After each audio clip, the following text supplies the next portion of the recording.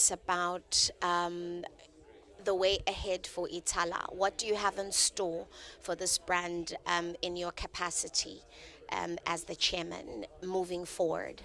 Yes, I think we're very clear in terms of the new board and the mandate, both from national and provincial government, is to ensure that we transform our economy in terms of creating opportunities for the broader communities in KZN.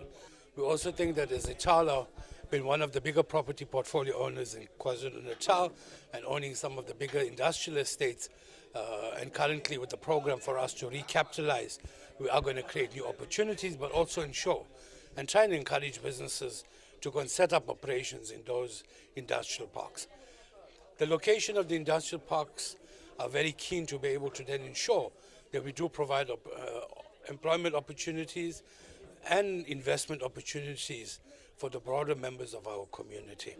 So if we look at the location, we're basically more away from the urban areas, but so-called the previously rural areas where we board and members of the board together, the executives feel, and we agree that we need to embark on a very much more radical program out there.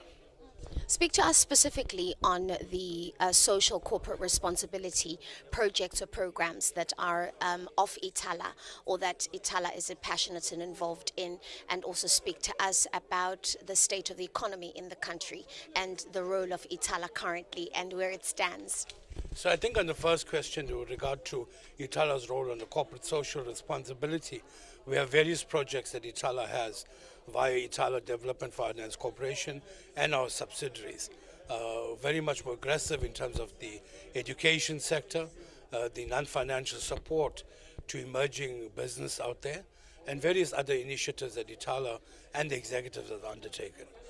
With regard to the economy, and I think, yes, currently we must admit that I think the entire world is going through a difficult economic trading pattern, and those are factors that are outside the control of the South African government. Unfortunately, they say that when some of the bigger role players sneeze, we pick up a flu. But I think South Africa, we are fundamental. We are fundamentally very strong. I think our policies are more better than world class. Our policies are sound, and I think what we need to do is basically have very much more aggressive industrialization programs.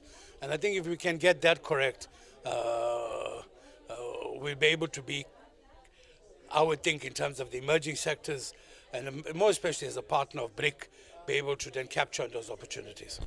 In your capacity and as we inaugurate you today, what are your plans in future? Tell us one thing that you will be changing as you move in, and what is the one thing you will be implementing, the change and the implementation?